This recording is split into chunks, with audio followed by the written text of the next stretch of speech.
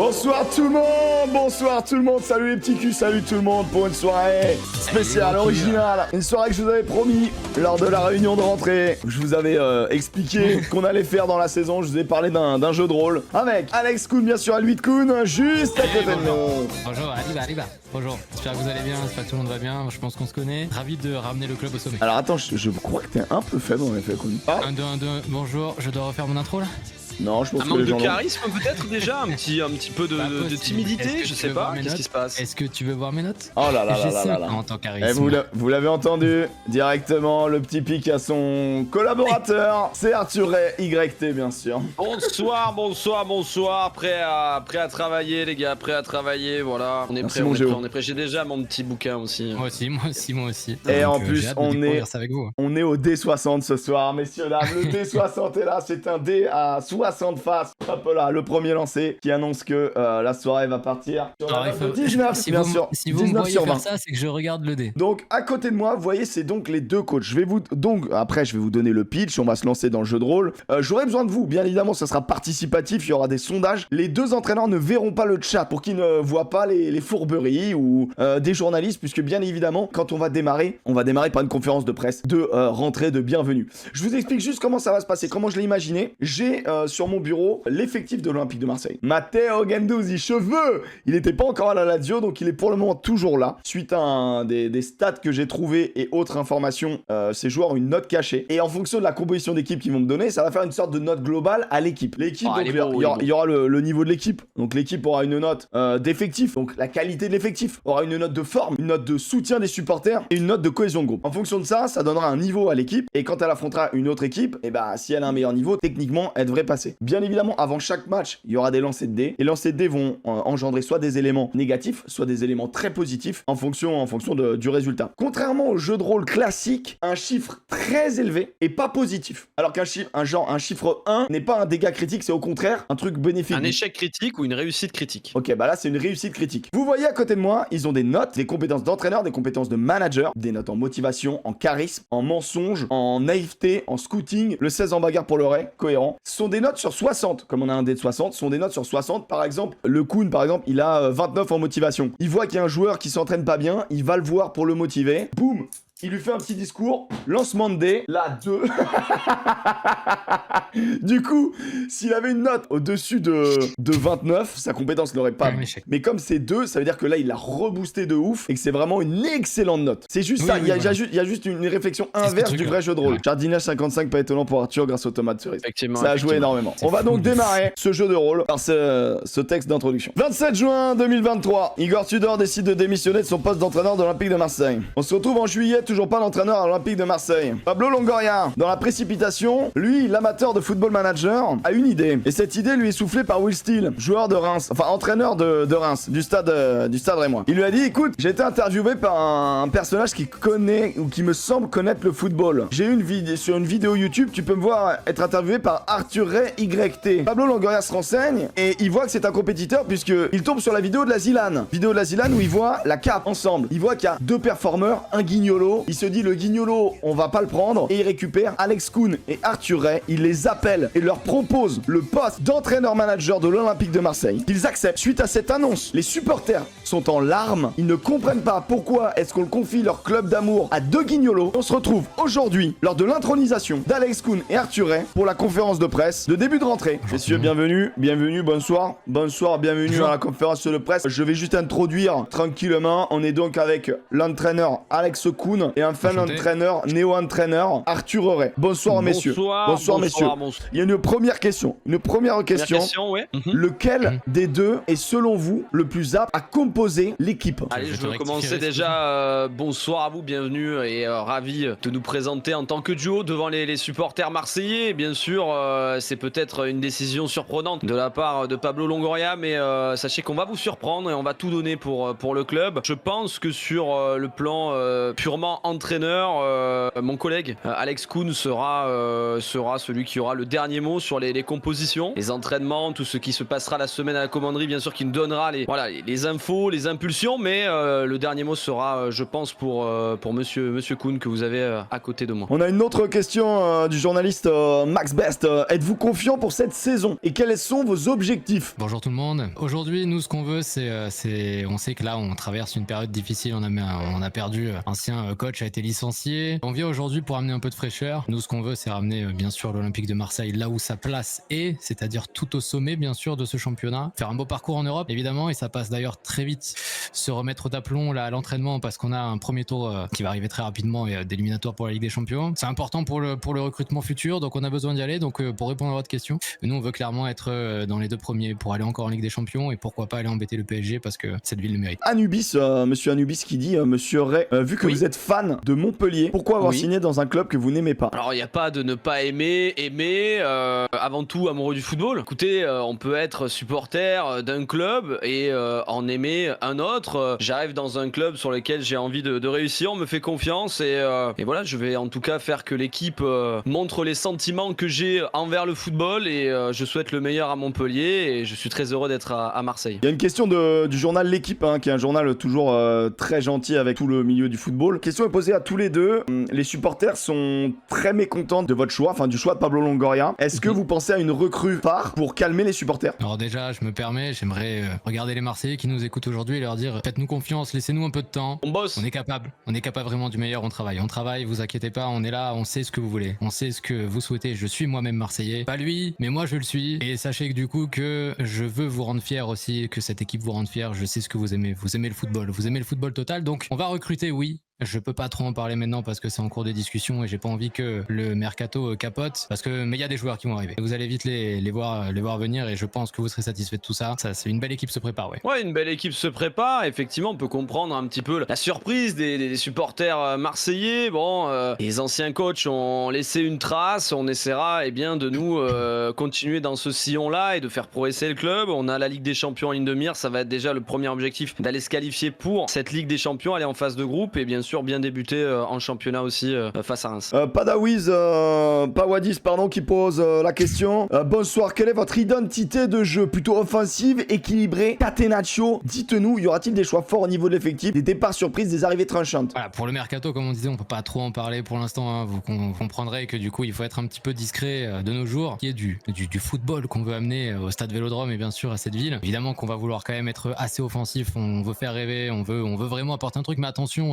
on est aussi intelligent. On va pas se jeter corps et âme du coup si jamais le match ne le permet pas, mais ça vous le verrez bien durant nos premiers matchs. Effectivement. Donc on est d'accord, hein, il faut être offensif, mais il faut être aussi un peu raisonnable et savoir. Ouais, on va essayer en tout cas de proposer un jeu alléchant. Il sera pas question de subir au Vélodrome. On va vouloir vraiment poser les bases d'un beau football et être dominateur. Il y a quand même un bel effectif en place et on compte bien en tout cas faire bouger les lignes. On travaille, si vous voulez des pistes, on peut déjà donner pour les supporters un gardien de but. On pense qu'il va falloir amener un peu de qualité peut-être sur ce point faible sur les dernières années à Marseille depuis le départ de Mandanda. On travaille. Globalement, on essaie de voir 3-4 noms. Voilà, il n'y aura pas non plus un chamboulement complet, mais 3-4 noms en tout cas, c'est sûr. Question de Le Foutre Magazine. Quel joueur de l'effectif actuel peut mettre beaucoup de buts cette saison, comme on dit chez nous, la mettre au fond? Il y a plusieurs attaquants. Hein. Il y a eu déjà les arrivées. On arrive aussi, on subit un petit peu les recrues. On va devoir s'adapter, mais il y a du Vitinha, il y a du Correa, on a Ndiaye qui vient d'arriver, Aubameyang bien sûr, Sarr, il y a de la jeunesse aussi derrière dans le centre de formation. Je pense que là l'effectif est fourni, mais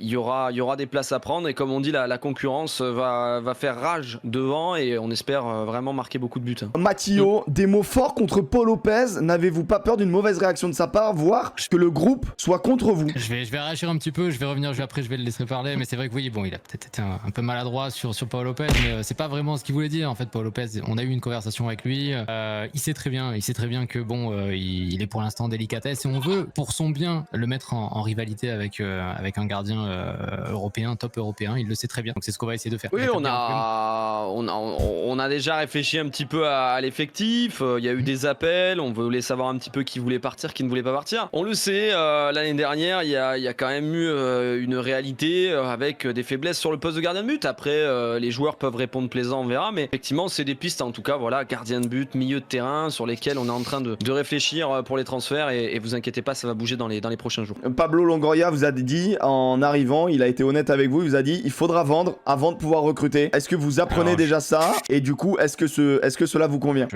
J'interviens, c'est que bon, on parle un peu de tout ça, mais là vous avez, je pense, des conversations ou des déclarations qui ne sont jamais arrivées. On a parlé avec Pablo Longoria, vous inquiétez pas, les finances sont saines, tout va bien. Si on vend, c'est uniquement histoire d'alléger et surtout de laisser la possibilité à des joueurs de partir parce qu'ils ne seront pas du coup dans l'équipe, tout simplement. Donc non, je ne sais pas d'où vous apprenez ça. On nous confirme. Je vais même en rajouter, mais nous, en signant, on nous a dit qu'il y avait une enveloppe. Une enveloppe à hauteur de combien, vous a dit? Je peux pas vous donner des montants. Elle est comment l'enveloppe? Grosse enveloppe, petite enveloppe, A4, A5? C'est une bonne. J'ai la confirmation de Pablo là qui parce qu'on est très proche. Non, qui vient de me dire non, je n'ai jamais dit ça. Il le confirme. Tout dévoilé non plus, mais on parle d'une enveloppe. Une belle enveloppe. Ok, bon bah très bien. Et écoutez, merci beaucoup. Sachez, messieurs, que les journalistes et les supporters n'ont pas été déçus de votre conférence de presse, ni enjaillés par votre conférence de presse. Ils attendent de voir, ils vous laissent une chance. Ce qui fait qu'en note d'équipe, en soutien des supporters, vous gagnez 1 point. Ça n'a pas été un fiasco, c'est voilà, bien déjà. Ça n'a pas été un fiasco cette première conférence de presse, donc on souffle un peu sur les braises. C'est plutôt une bonne chance. Par contre, il est vrai que Paul Lopez a perdu des points moralement. Eh bien, il est grand temps de parler du coup technique. Hein, voilà, vous retrouvez plutôt se trouver là où vous allez du coup travailler dans ces vestiaires de l'OM. On monte donc le calendrier de la saison, le calendrier qui va être important, mais surtout l'effectif actuel de l'Olympique de Marseille, avec un effectif que vous récupérez à court de forme. Ils ont vraiment rien branlé. Il n'y a pas eu d'entraîneur depuis fin juin. Ils sont partis en vacances et depuis, un entraîneur, Pablo Longoria, a mis près de 15-20 jours avant de vous trouver. Et la cohésion de groupe est somme toute relative puisqu'il y a quand même beaucoup d'arrivées. Personne qui s'entraîne vraiment ensemble. Quel va être le capitaine de cette équipe? Et ensuite, quels vont être les joueurs que vous voulez vendre ou acheter pour compléter cet effectif? Sachant que je vous le rappelle, l'enveloppe m'a été confirmée par la direction. Il faut vendre avant d'acheter. Nous, on impose notre patte. On a plusieurs joueurs. Alors, on peut moi, j'en avais noté 3. Toi, t'en avais noté peut-être. Après, on peut voir ensemble. Mais je pense que... Vas-y, je vais écouter tes choix. Vas-y, on y va. Prétendant, Samuel Gigot, peut-être un bon prétendant. On a pu parler avec lui. On sait qu'il a vraiment cette envie de faire réussir l'Olympique de Marseille. On a bien sûr Valentin Rongier, qui est le capitaine actuel et qu'on va garder dans l'effectif. Et puis après, il y a aussi, bien sûr, Matteo Guendouzi, qui pourrait évidemment prétendre à ce brassard-là. Moi, je pense toujours que le capitana doit revenir au numéro 6, en tout cas, ou quelqu'un qui va être dans la zone de l'arbitre pour essayer de au maximum discuter avec lui. Moi, je mettrais Valentin Rongier et en vice-capitaine Samuel Gigot. Peut-être on peut mettre Gigot qui est amené à faire quasiment tous les matchs pour le moment. J'ai l'impression que Gigot et avant de venir ici à Marseille, tu sais, bon, on a un peu observé tout ça et Gigot, il représente quand même quelque chose, tu vois, l'identité de l'Olympique de Marseille. Je pense que la volonté d'être dur sur l'homme, de rien lâcher. T'as vu qu'on était un peu, on vient d'arriver, peut-être un peu de difficulté sur les réseaux suite à notre nomination. Je pense qu'un Samuel Gigot, du coup, ils peuvent s'identifier à un Samuel Gigot. Ok, bon, partons sur Samuel Gigot et vice-capitaine Valentin. Est-ce que vous voulez l'info Twitter, l'info des Ultras, des suiveurs Marseille? C'est important de jauger un peu tout ça. Regarde les réseaux, je scrolle un peu sur le X. Les réseaux, pensez à Veretout ou Chancel Mbemba. Alors heureusement qu'on n'écoute pas les réseaux, du coup. Heureusement qu'on n'écoute pas les réseaux. Gigot, on va Samuel Gigot et vice-capitaine, donc on prendra bien sûr Valentin Rongier. Donc Samuel Gigot capitaine. On est d'accord. Samuel Gigot capitaine. Et vous me dites Valentin Rongier vice-capitaine. Vous allez donc devoir annoncer à Valentin Rongier qu'il ne sera plus capitaine. Qui s'en occupe? Ok, on rappelle qu'Arthur a donc. Donc Arthur, tu as une compétence de 42 en menteur. Mais charisme et menteur, non, mais je vais pas mentir là. Non, c'est menteur. Non, c'est vraiment menteur qui va intervenir. Ok. Alors moi je vais être honnête. Qu'est-ce que tu lui dis? Valentin, je vais être honnête avec toi. Je suis très important dans le groupe. Tu vas être une voix qui va porter vraiment très très fort tout au long de la saison. Dans l'objectif et avec Alex Koun, mon coéquipier, j'ai envie de dire tout simplement mon binôme, on a pris la décision de mettre Samuel Gigot en tant que capitaine et toi en tant que vice-capitaine, tout simplement parce que étant donné la rotation qu'on va amener dans l'effectif, il est probable que Samuel soit amené à faire tous les matchs. Donc on veut vraiment un capitaine qui soit présent sur tous les matchs, sur tout le terrain et présent sur toutes les journées. Tu seras un élément important, mais voilà, c'était pour te faire part de la décision. J'espère que tu la comprends et tu restes en tout cas un titulaire indiscutable à mes yeux. Ok, je lance le dé pour savoir si ton discours lui a parlé. Donc tu as 42 en menteur. Si le dé est à 42, 43 ou plus, ce dé de 60, eh bien, tu verras les conséquences négatives. La faillite 57, c'est donc... Non, tranquille. On est sur 32, Ouais. vous voyez. C'est 32. Donc, Valentin Rongier trouve ça totalement normal, il comprend ce que tu viens de lui dire. Il est un peu déçu quand même, il te fait part quand même de sa déception. Il aurait aimé garder le capitanat, il aimerait que tu l'entendes pour l'avenir. Voilà, mais il donnera tout pour l'Olympique de Marseille et c'est avant tout un joueur du club à la disposition de l'entraîneur. Très bien. C'est super. C'est super ce que t'as fait. Messieurs, il s'agit maintenant de préparer les premiers entraînements et pour cela, il faut savoir que vous préférez faire du coup. Vous avez donc plusieurs options. Est-ce que vous travaillez sur un aspect physique, un aspect tactique, un aspect technique ou un mix à votre convenance? On ne vient pas seul, c'est une équipe qui débarque, voilà, et un premier choix fort qui est fait, c'est l'arrivée de Philippe Etchebest en donc cuisinier principal. Tu utilises ta compétence de star. Compétence de star, oui et non.